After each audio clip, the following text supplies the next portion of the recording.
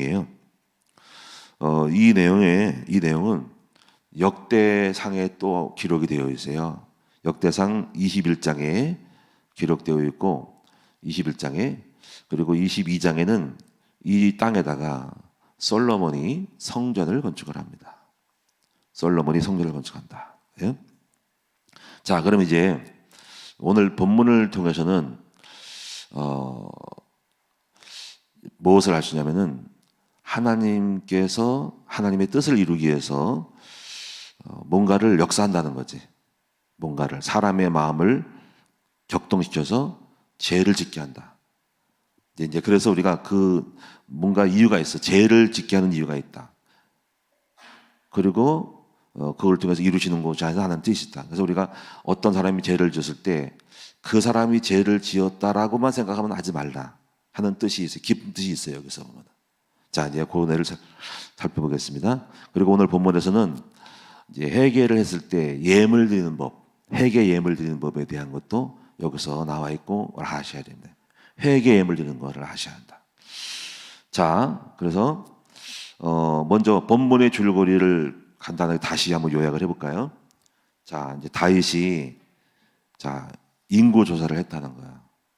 근데 여기서 묘한 말이 있어. 이거를 한참 생각을 많이 해야 돼. 이것 때문에. 1절이에요. 자, 보세요. 가만히 보세요. 여호와께서 다시 이스라엘을 향하여 진노하사 그들을 치시려고 다윗을 격동시키사 이스라엘과 유다의 인구를 조사라 하신지라. 이게 무슨 말이야 이게. 자, 지금 여기 표적은 목적이 뭐냐면 이스라엘 백성을 치려고 다윗을 죄를 짓게 했다는 거예요. 이게 무슨 말이 되냐 이거지.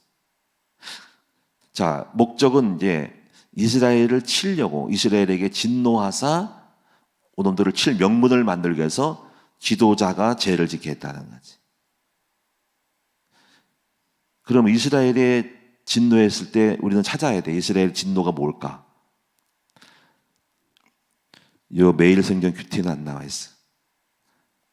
내가 이 책에서 보니까는 다윗의 죄만 나와 있어. 그래서 아쉽다. 이 저자가 아쉬워. 왜냐 여기는 분명히 내가 볼 때는 이게 성경 말씀하고 안 맞는 얘기다.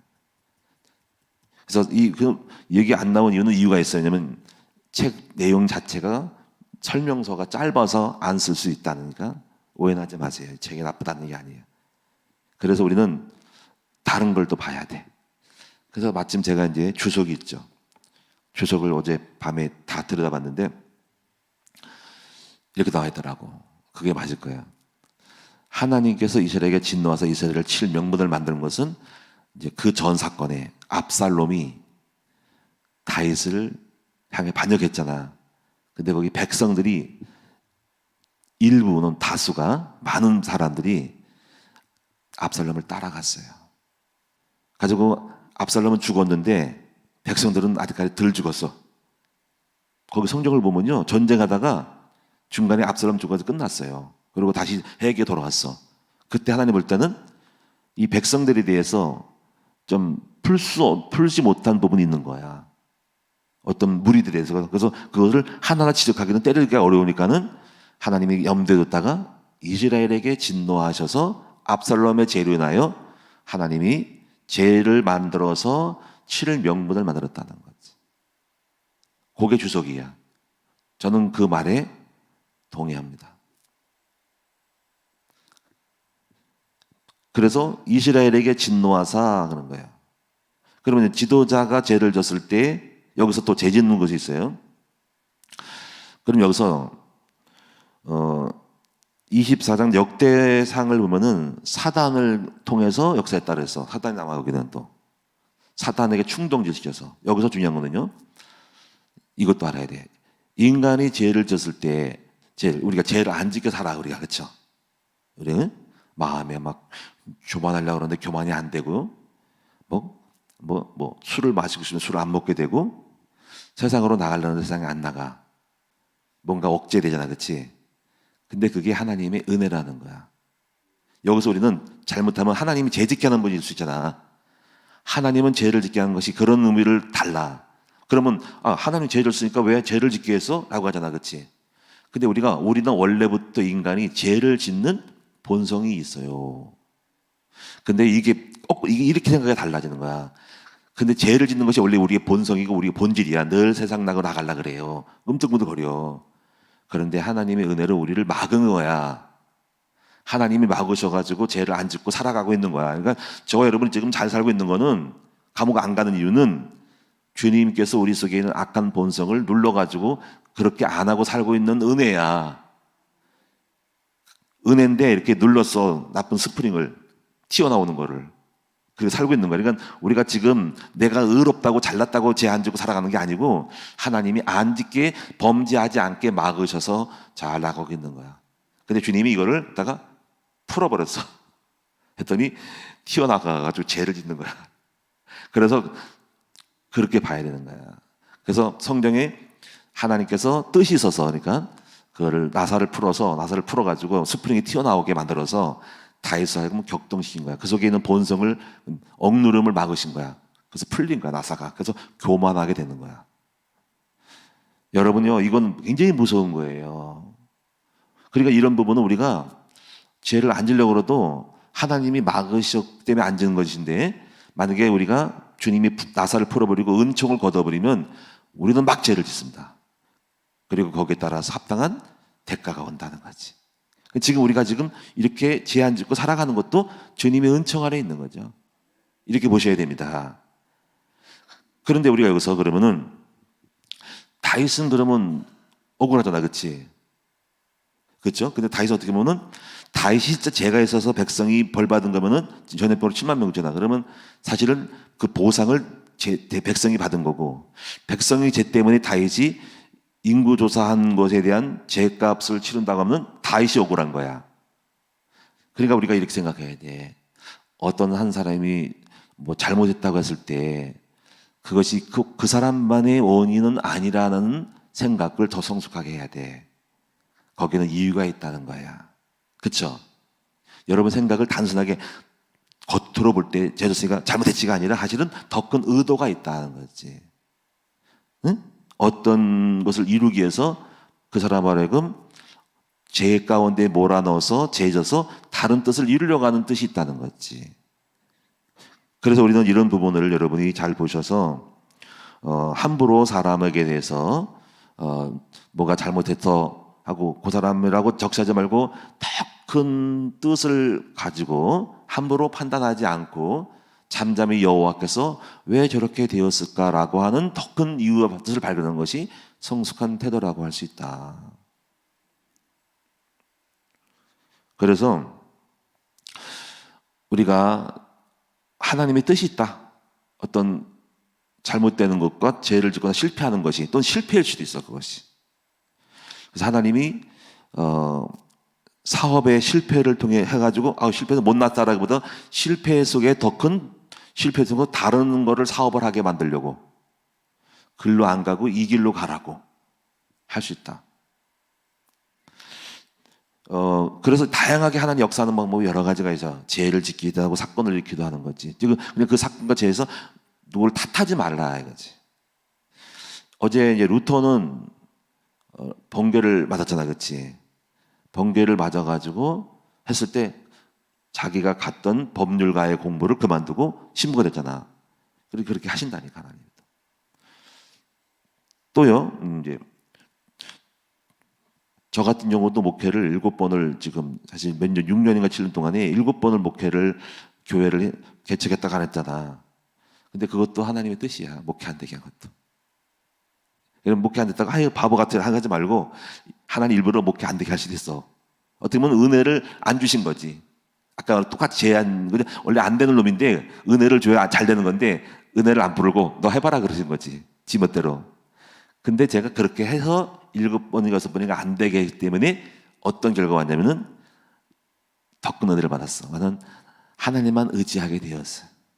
내심으로는 절대로 안 된다라고 하는 것들을 체험하고 의식을 만들었으니까 다 뜻이 있어요.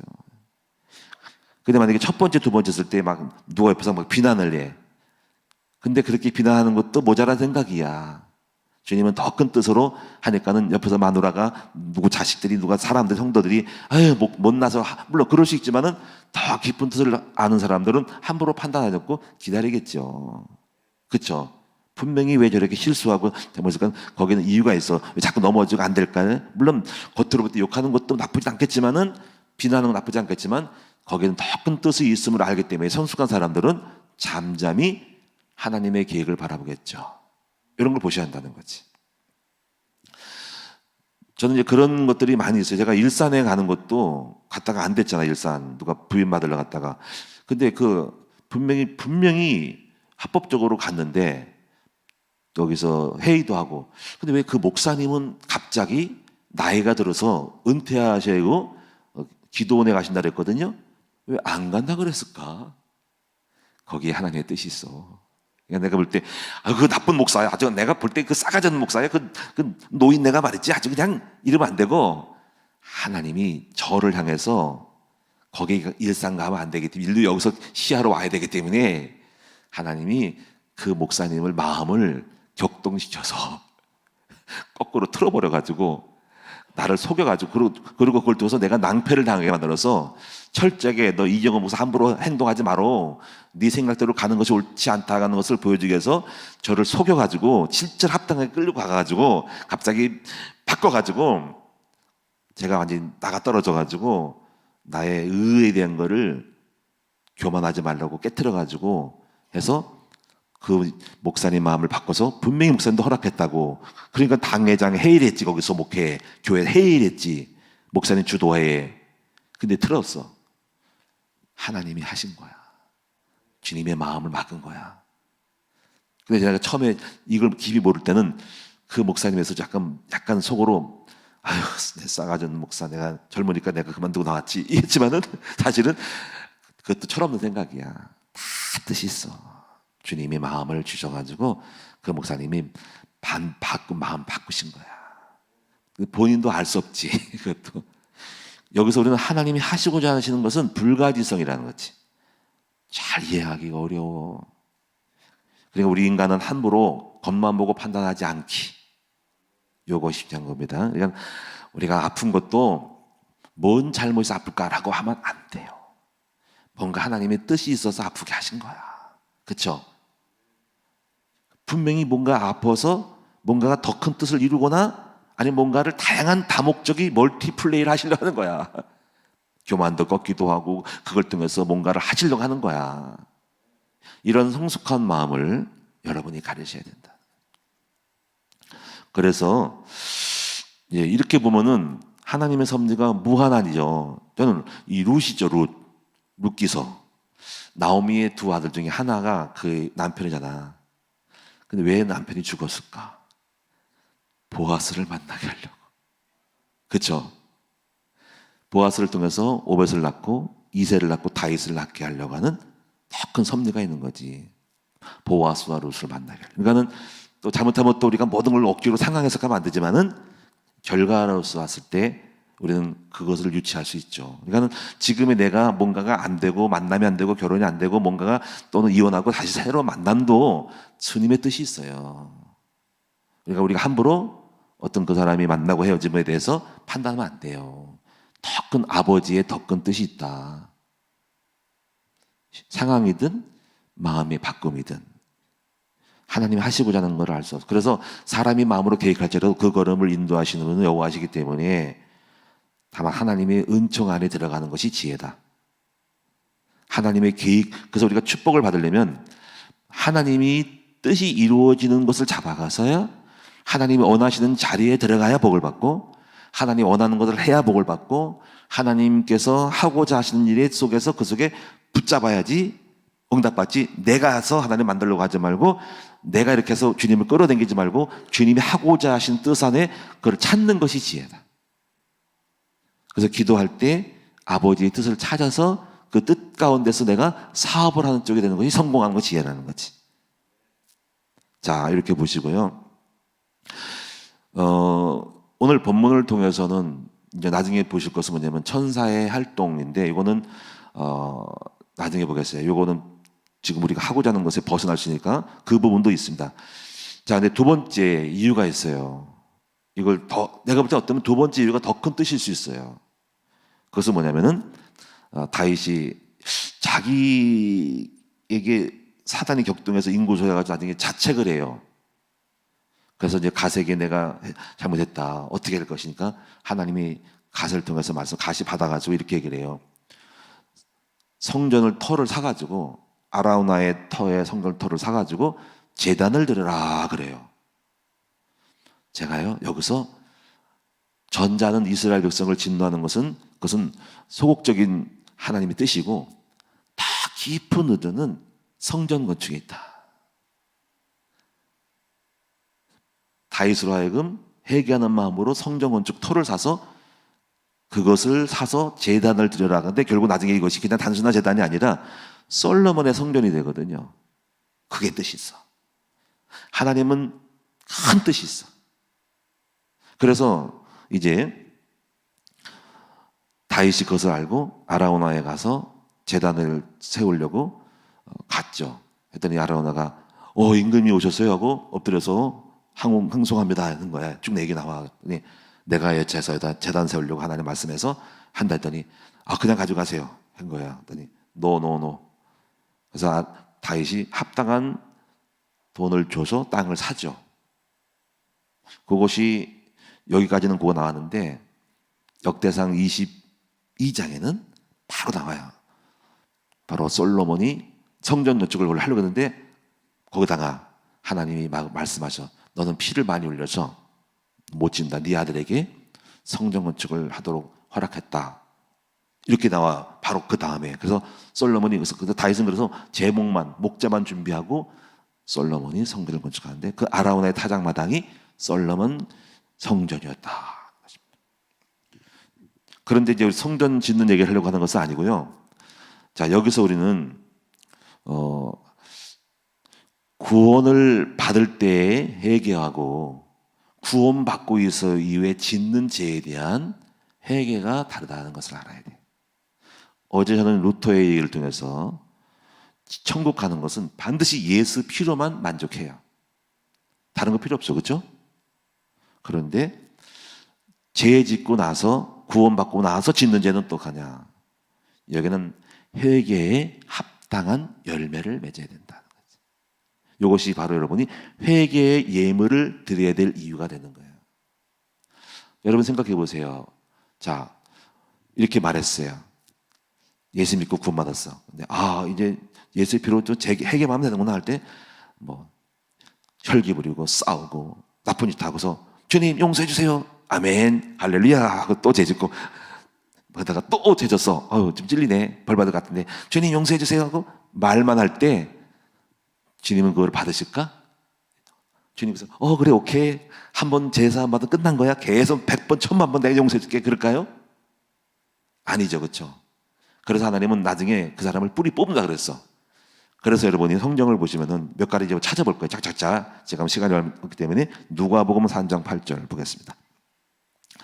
누가복음 3장 8절.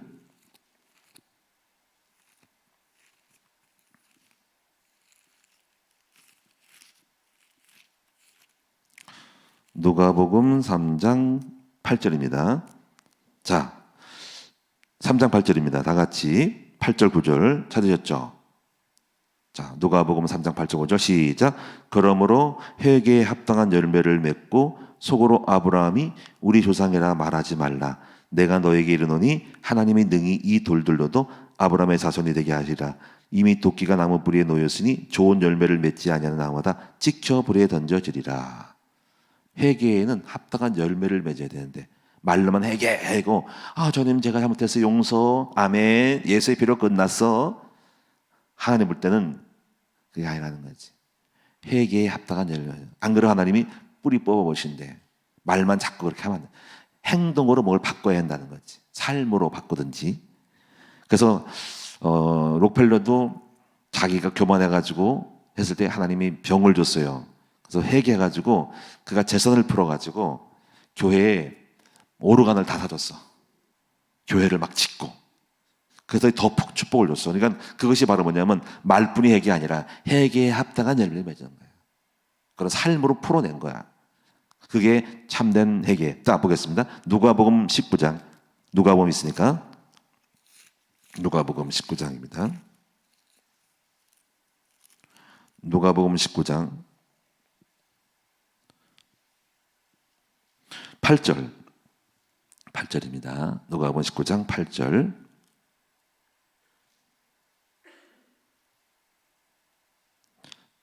누가복음 19장 8절. 다 찾으셨죠? 누가복음 19장 8절.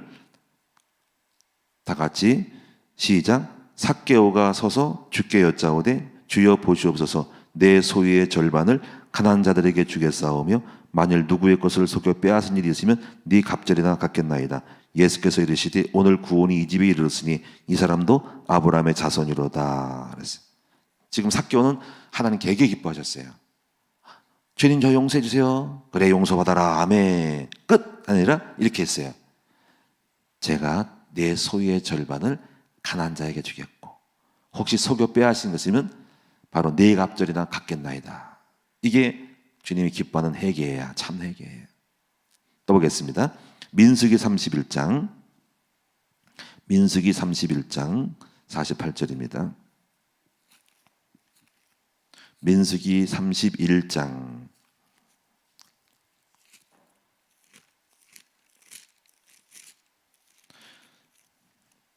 민수기 31장 48절부터 58절까지 54절까지 읽겠습니다. 자, 민수기 31장 48절부터 54절입니다. 다 같이 시작. 군대의 지휘관들 곧 천부장과 백부장들이 모세에게 나와서 모세에게 말하되 당신의 종들이 이끈 군인을 계수한즉 우리 중 한 사람도 충나지 아니하였기로 우리 각 사람이 받은 바 금 패물 곧 발목 고리 손목고리 인장 반지 귀고리 목고기들을 여호와께 헌금으로 우리의 행명을 위하여 여호와 앞에 속죄하려고 가져왔나이다. 모세와 제상 엘르아살이 그들에게서 그 금으로 만든 모든 폐물을 취한즉 천부장과 백부장들이 여호와께 드린 거제의 금이 도합이 16,750세겔이니 고린들이 여기 죄가 있어요. 그래서 각기 자기를 위하여 탈취한 것이니라. 모세와 제사장 엘르아살이 천부장과 백부장들에게서 금을 취하여 해마게 드려 여호와 앞에서 이스라엘 자손의 기념을 삼았더라. 요 내용은 좀 설명이 필요한데 그냥 모르면 안 돼요. 이 31장은 나중에 좀 보시겠지만 이스라엘이 미디안과의 싸움을 한 거야. 싸워서 전쟁에서 이겼어요. 그래가지고 많은 전리품을 얻었어요. 양, 소, 재물, 은금, 폐물 엄청난 걸 뺏어가지고 이걸 갖다가 각각 이제 분배를 했어요. 누구 백성에게 50% 주고 누구 제사장에 주고 했어요.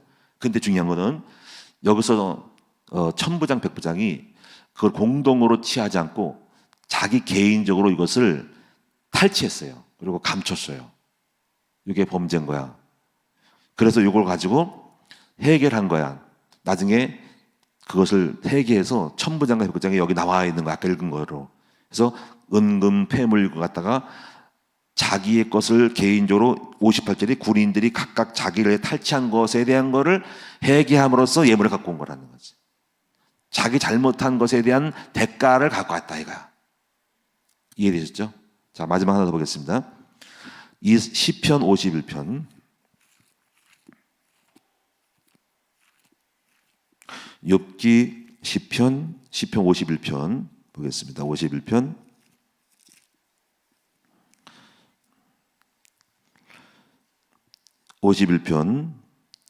지금 죄를 졌대요. 지금 쭉 51편 5절을 보겠습니다. 5절 내가 죄악 중에서 출생하였고 어머니가 죄 중에 나를 잉태하다.